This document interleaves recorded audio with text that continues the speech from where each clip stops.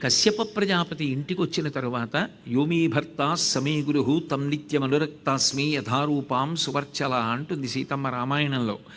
భర్తయే దైవం కనుక ఆయనని కూర్చోపెట్టి ఆయనని సంతోషపెట్టి ఆయనకి అర్ఘ్యపాద్యాదులిచ్చి ఆయనని సేద తీర్చిన తరువాత ఆయనతో మాట్లాడుతూ ఒక మాట అంది.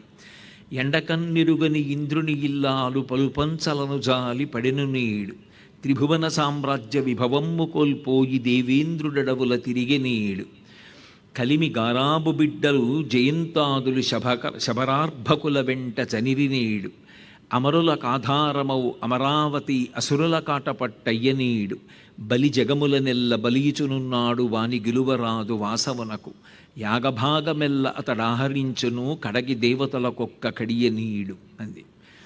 చిత్రం ఏమిటంటే తన బిడ్డలు పడుతున్నటువంటి బాధ చెప్పవలసి వస్తే అదితి నిజానికి మొట్టమొదట కొడుకు ఇంద్రుడికి రాజ్యం పోయిందని చెప్పలేదు, కోడల గురించి చెప్పింది. ఒక అత్తమామలకి ఉండవలసినటువంటి ప్రేమ మొదట ఎవరి మీద ఉంటుంది అంటే కోడల మీద ఉంటుంది.